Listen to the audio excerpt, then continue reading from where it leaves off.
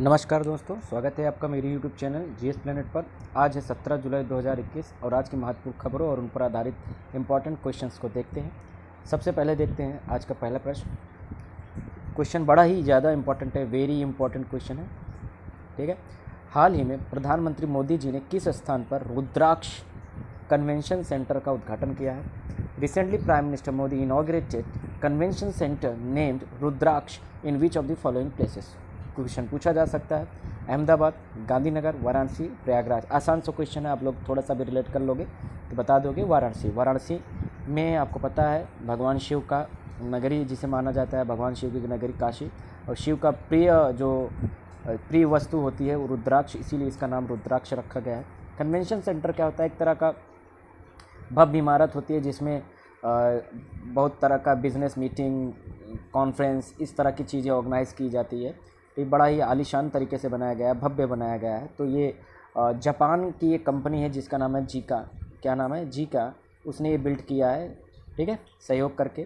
तो भारत और जापान की सहयोग का ये उत्तम उदाहरण है। इसका नाम याद रखिएगा, रुद्राक्ष। एग्ज़ाम में पूछा जा सकता है।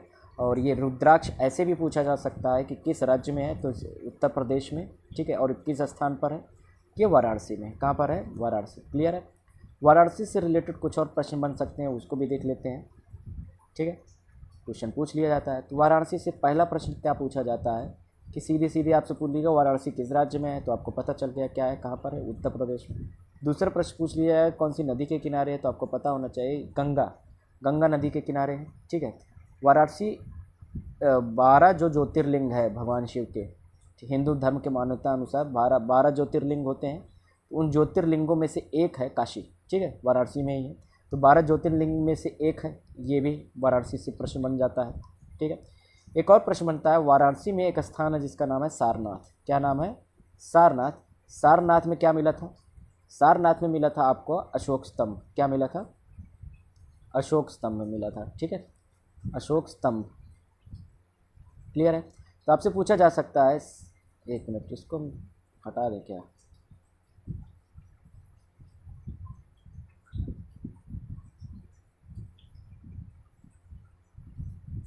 नहीं हट रहा, कोई बात नहीं, हट गया।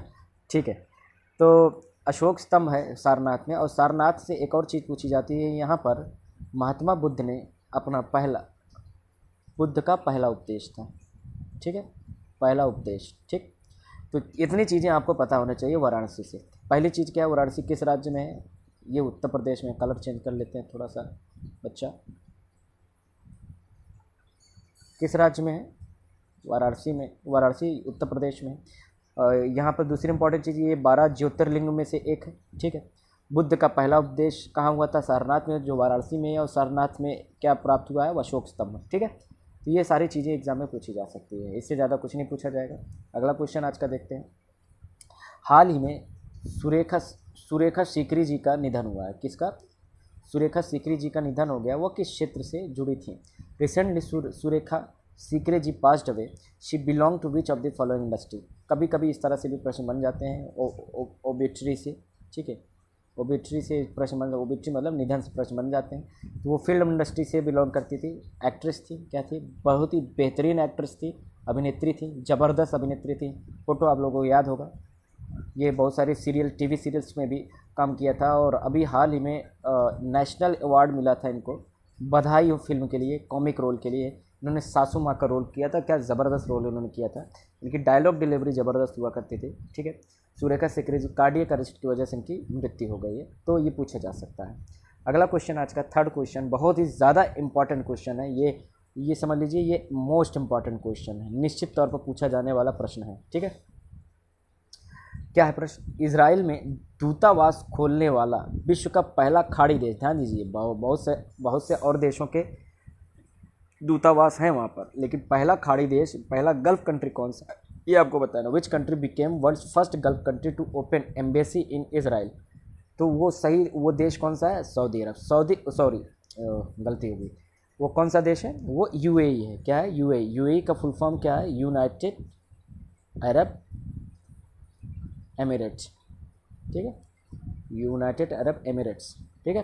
एमिरेट्स का मतलब होता है कि एक तरह से गणराज्य या राजतंत्र को कहा जाता है, राज्य को कहा जाता है, राजा और महाराजाओं का जो होता है उसे एमिरेट्स कहा जाता है। तो यूनाइटेड अरब अरब जो साम्राज्य हुआ करते थे उनको यूनाइट करके 7 साम्राज्य को मिलाकर ये यूएई बना था, तो इसीलिए इसको यूनाइटेड अरब एमिरेट्स कहा जाता है। तो यूएई पहला विश्व का गल्फ कंट्री हो गया है जिसने इजराइल को मान्यता दी।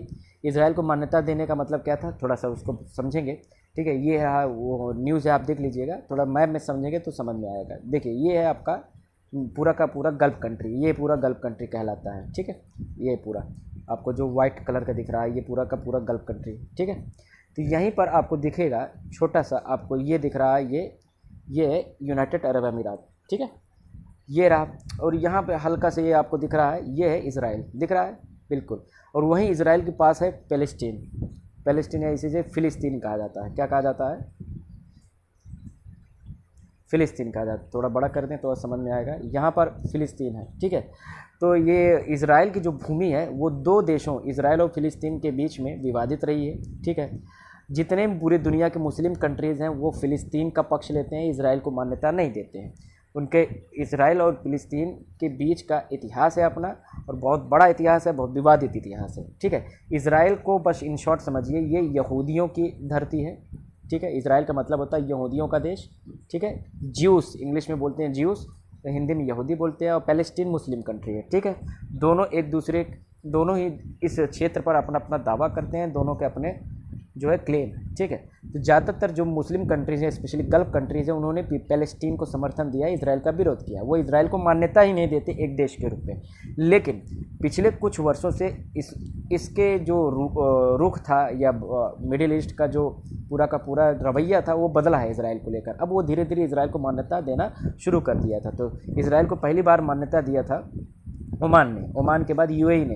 तो अब इस मान्यता को आधिकारिक रूप से मान लिया जाएगा, क्यों? क्योंकि जब आप किसी देश को मान्यता दे देते हो तो वहाँ पर अपनी एम्बेसी खोल देते हैं। एम्बेसी मतलब दूतावास। तो दूतावास अब इजराइल में खुल गया है, यूनाइटेड अरब अमीरात्स का, जो कि एग्ज़ाम में पूछा जा सकता है। समझ में आ गया, ये याद रखिएगा। तो ये मैप में हमने समझा। अब थोड़ा सा उनके फैक्ट के बारे में पूछा जा सकता है। तो इजराइल के बारे में, इजराइल की जो कैपिटल है तेल अवीव है। क्या है? तेल अवीव। हालांकि इजराइल जो अपना कैपिटल मानता है वो यरूशलेम को मानता है। किसको मानता है? यरूशलेम जहाँ पर ईसा मसीह जी का जन्म हुआ था, ठीक है।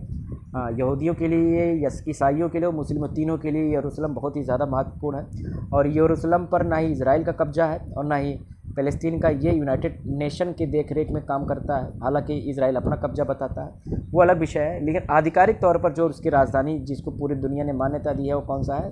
तेल अवीव। वहाँ के पीएम अभी लेटेस्ट बने हैं, पहले बेंजामिन नेतन्याहू थे, ठीक है।